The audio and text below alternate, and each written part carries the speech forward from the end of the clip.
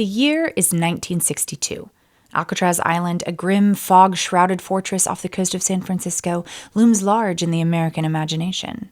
They call it the Rock, an impossible-to-escape island where the most hardened criminals are sent to rot. Life within its concrete walls is a monotonous grind, terrible meals that all taste the same, work assignments that repeat without end, and the constant surveillance that permeates every aspect of an inmate's whole existence. 12 checks a day of the prisoners was standard protocol. No wonder John, Clarence, Alan, and Frank were ready to get the heck off the rock. Welcome to Capers and Cocktails, a true crime podcast that doesn't take itself too seriously and gives you something to enjoy while you listen. The following content may be disturbing to some. Discretion is advised. If you're enjoying one of our themed cocktails, ensure you're of legal drinking age and have fun, but drink responsibly. John William Anglin was born in 1930, and his little brother Clarence was born in 1931 in Donelson, Georgia. They were among 14 siblings, and their parents, George Robert Anglin and Rachel Van Miller Anglin, were seasonal farm workers. When the boys were around 10, the family moved 20 miles south of Tampa, Florida, to a small town called Ruskin. George was a World War I veteran and took his war money to buy 40 acres of land to farm. While the tomato fields were a more reliable source of money for the family, they would move north as far as Michigan every June to pick cherries. The two boys were skilled swimmers and amazed their siblings by swimming in the frigid waters of Lake Michigan as ice still floated on its surface. As you can imagine, they were definitely poor growing up. The family squeaked by, barely making enough money to keep their land. There were lots of mouths to feed. Their home didn't have indoor plumbing. They wore hand-me-downs to school and were often picked on for their ragtag appearance. The kids stuck up for each other, and Clarence especially was known to fight a lot at recess. Eventually, they would skip school altogether instead of getting picked on and fighting. The family worked together to build their own two-bedroom home. Everyone in the family was resourceful by necessity. Their nephew, Ken Widener, would say, quote, "It didn't matter what it was. They knew how to take nothing and make something out of it," end quote. The family, especially Mom Rachel, was very religious, and the family were members of the Church of God in Ruskin. Clarence and John were best friends and inseparable as kids, and became inseparable in their later escapades. They decided pretty early on that the best way to earn respect from peers was to have money, so they were going to earn that respect at any cost. They started their criminal career by stealing car batteries and reselling them. Clarence was the first to get caught up in his schemes when he got caught breaking into a service station at the age of 14. He spent a year at the State Industrial School for Boys in Marianna, Florida. John teamed up with Clarence a short time later in a store burglary, which landed them both in the industrial school for another year. The industrial school was absolutely known for abusive practices. Shocker. An inspection report said that children were often kept in leg irons. The school was repeatedly investigated by the state. A 13-year-old boy sent to the school in 1934 for trespassing died 38 days after arriving there. Not exactly a place for reform. The boys would make dummies out of plaster and use them to trick their parents when they would sneak out of the house at night by putting the dummies on their pillows and using other clothes to make it seem like they were still sleeping in bed. They also used that same dummy idea to escape that industrial school at least once. By the early 1950s, when John and Clarence were in their early 20s, both brothers regularly robbed banks and other businesses.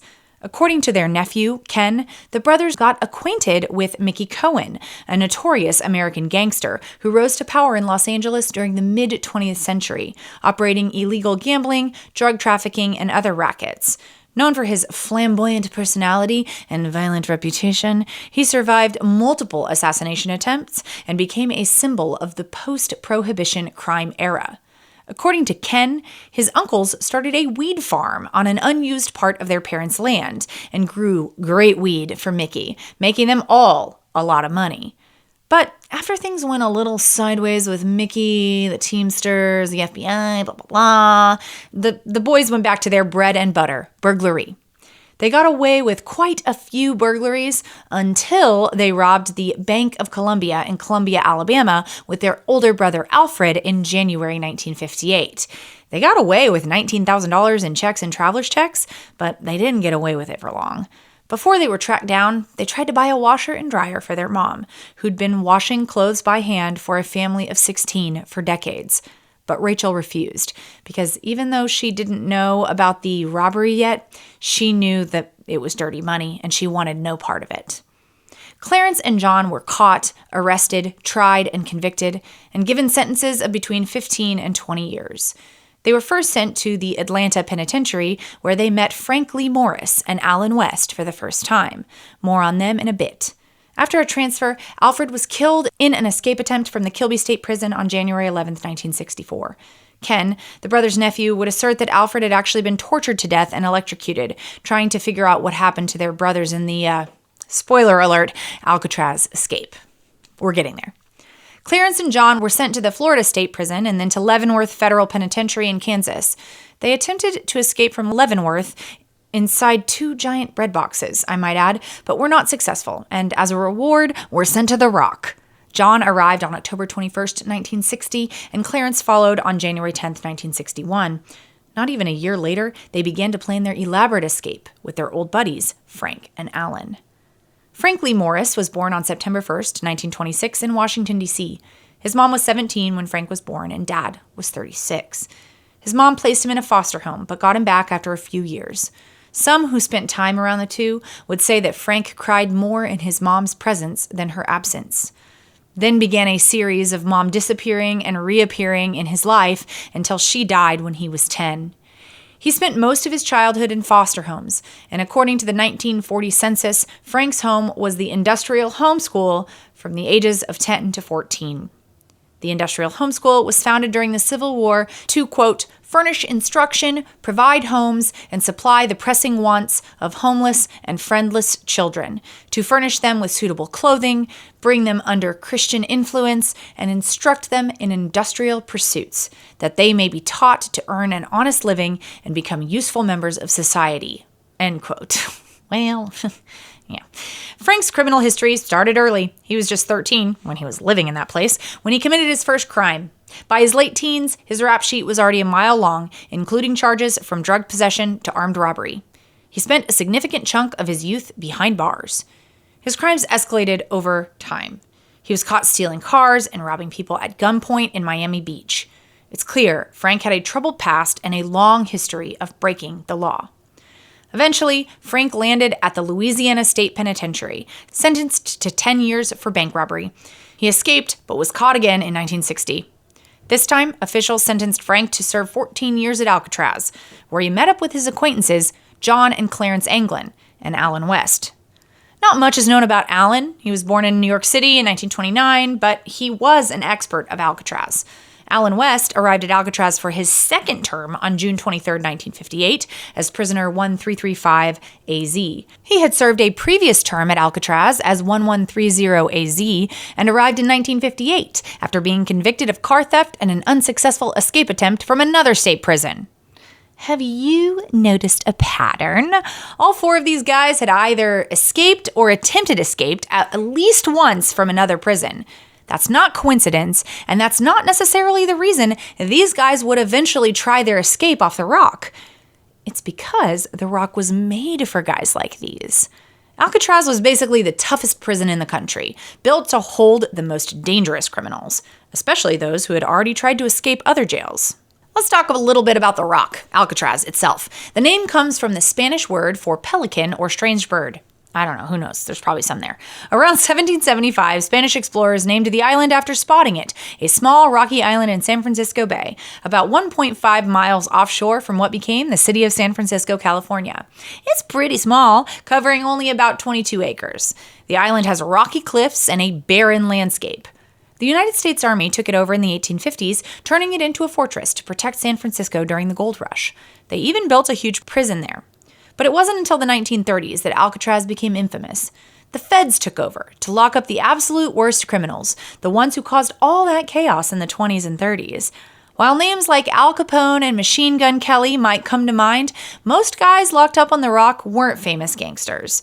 They were troublemakers. Guys who constantly broke the rules in other prisons, were violent, or always trying to get out, to escape. Alcatraz wasn't some overcrowded hellhole like you might see in the movies. In fact, it was pretty comfortable for some inmates, with single cells and everything. Believe it or not, some guys even asked to be sent there. But don't get the wrong idea. Alcatraz was all about control. It was like a prison for prisoners who couldn't behave anywhere else. The daily routine was strict, and everything was about earning privileges. Things like working, getting letters from family, and even having some free time. If they could finally show they could follow the rules, usually after a few years, they'd be moved back to a regular prison. Alcatraz wasn't about punishment. It was about teaching these tough guys how to behave. But though some prisoners wanted to be on Alcatraz, as you can imagine, most did not.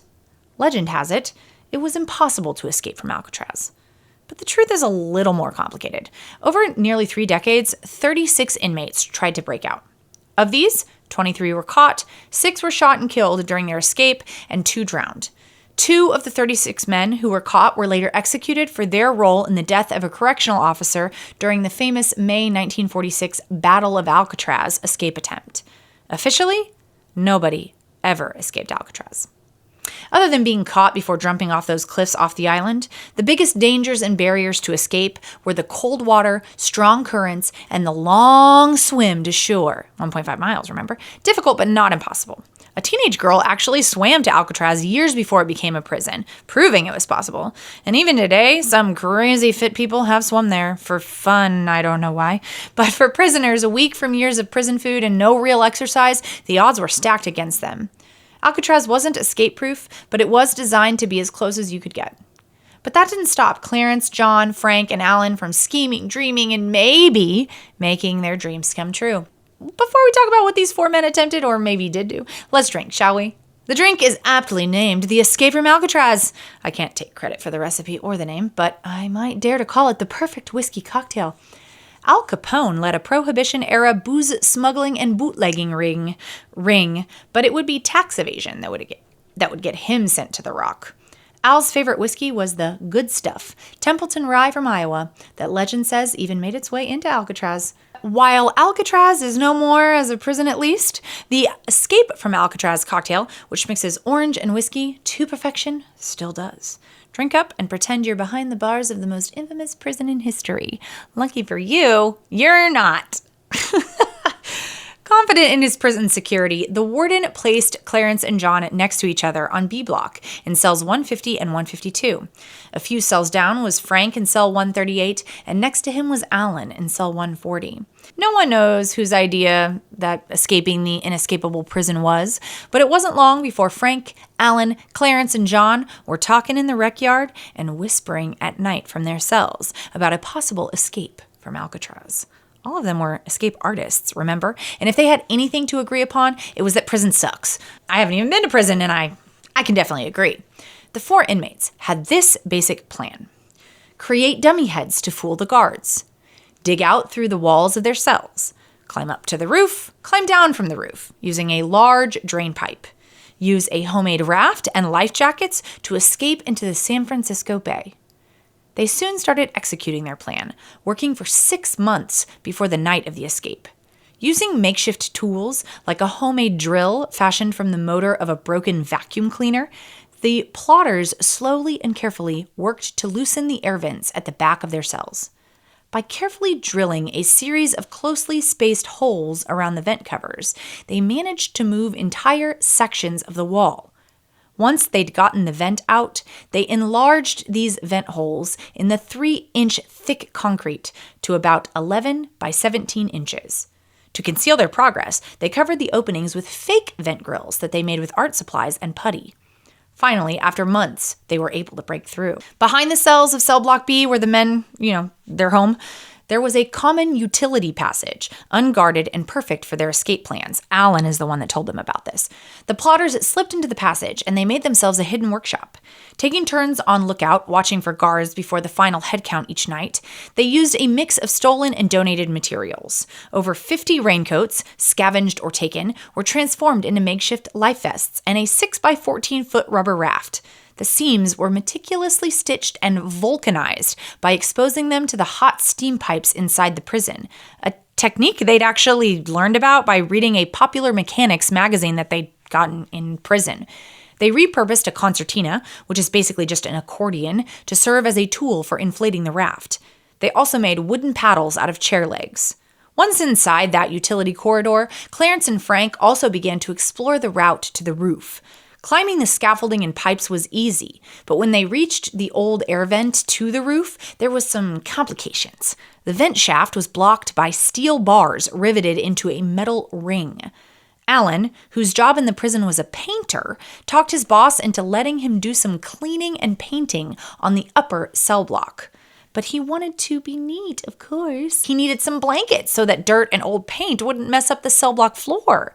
He managed to get 80 blankets and drape them over the bars to conceal Frank and Clarence as they cut through the soft metal bolts that attached the ring to the steel bars.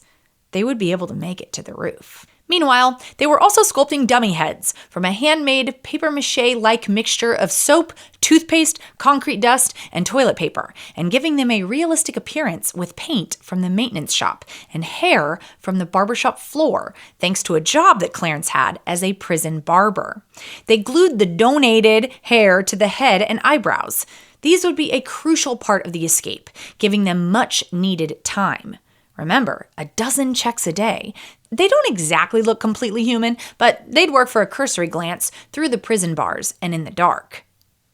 On the night of June 11th, 1962, with all preparations in place, it was go time. Well, for 3 of them.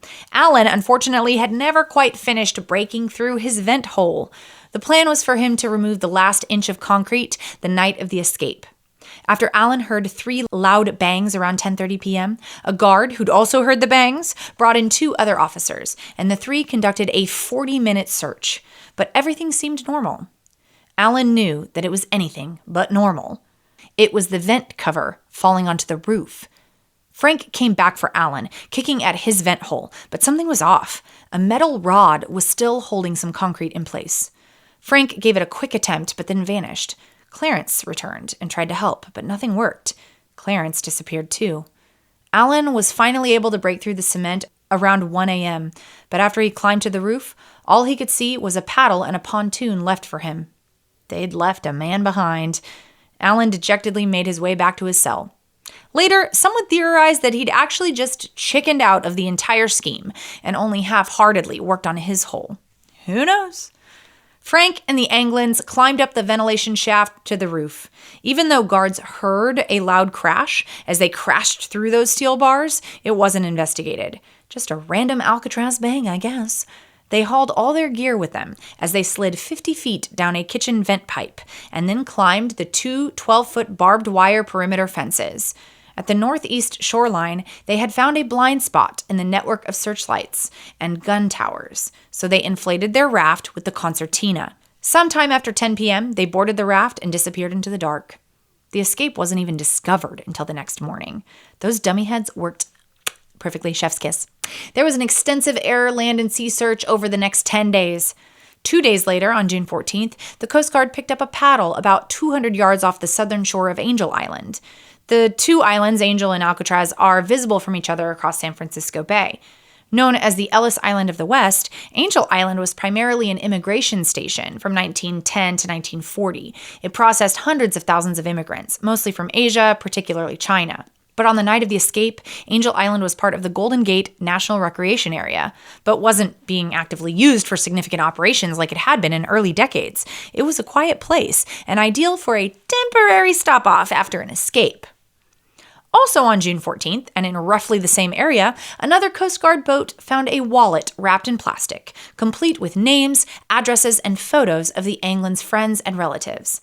On June 21st, shreds of raincoat material, believed to be remnants of the raft, were found on a beach not far from the Golden Gate Bridge. The following day, a prison boat picked up a deflated life jacket made from the same material, 50 yards off Alcatraz Island. That was the last of any physical evidence of the escapees retrieved by anyone in law enforcement. FBI investigators announced their official position that while it was theoretically possible for the men to have reached Angel Island and escaped, the odds of them having survived the turbulent currents and frigid waters of the bay were next to impossible. The official position of the FBI would be that the men all drowned. The FBI closed their investigation on the case on December 31st, 1979, and turned over responsibility to the U.S. Marshals Service, which continues to investigate in the unlikely event the trio is still alive. Alcatraz Prison officially closed on March 21st, 1963. Despite the fact that it happened pretty close to the escape of the Anglin brothers and Frank, it didn't close because of their daring escape or escape attempt. It was all about the money. Keeping the rock running was insanely expensive. They had to boat in food, water, everything. It cost a fortune. After it closed, nobody knew what to do with the island. Some crazy ideas floated around like a giant statue or a huge shopping mall. In 1969, a group of indigenous Americans took over the island, claiming it as their own in an act of civil disobedience and probably something worthy of its own episode. We'll see.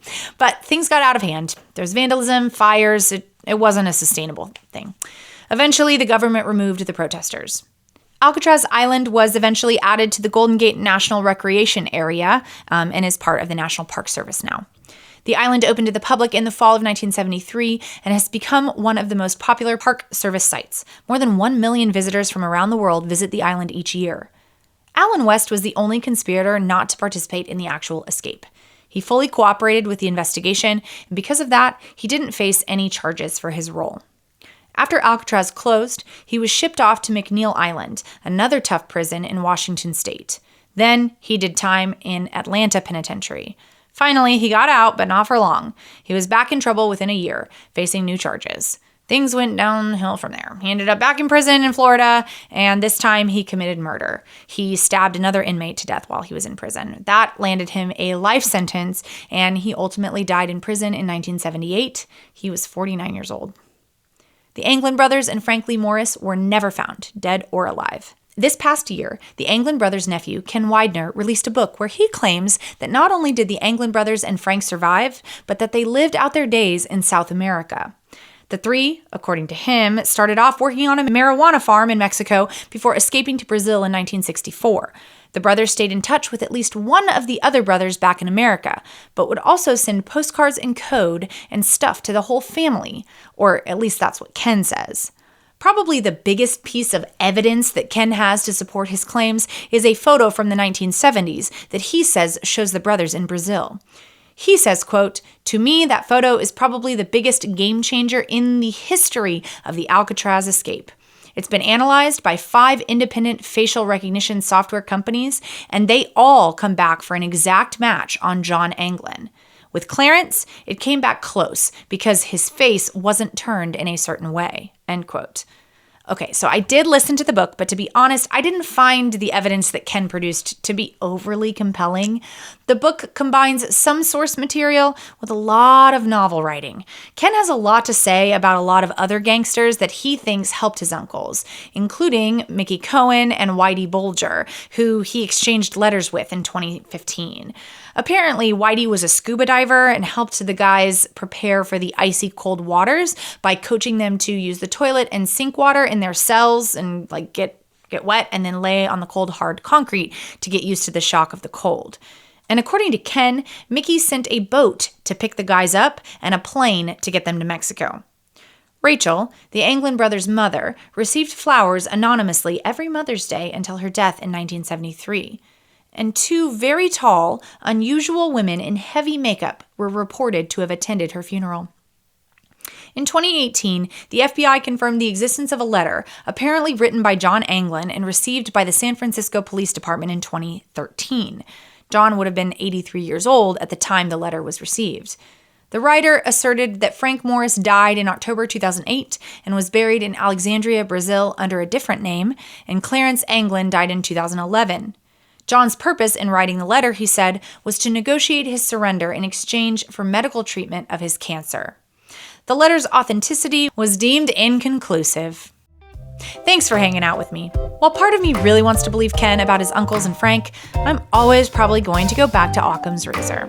It just seems a little beyond reason that these guys would stay clear of the FBI for the remainder of their lives, especially because Ken also says in his book that the FBI and then the U.S. Marshals harassed the whole family for years, reading their mail and subjecting them to random polygraph tests, sometimes multiple times.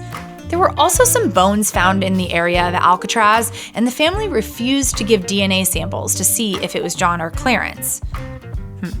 It is fun to think those guys could have escaped and made it out of the freezing, choppy waters of San Francisco Bay. But to be honest, I think that we would have more than a grainy photo from the 1970s to prove it if they did. The simplest solution is more likely than not to be the accurate one. Maybe with the advances in DNA evidence, if they really did have some kids in Brazil and they can be tracked down, we might have an answer. I would definitely be happy to be wrong in this case. We're off next week, but in 2 weeks, a kidnapping for your listening and drinking pleasure, especially if you like whiskey. I'll see you next week, and remember, there are always alternatives to getting sent to Alcatraz and then trying to escape. I just try to avoid the first part to begin with, if that's just me.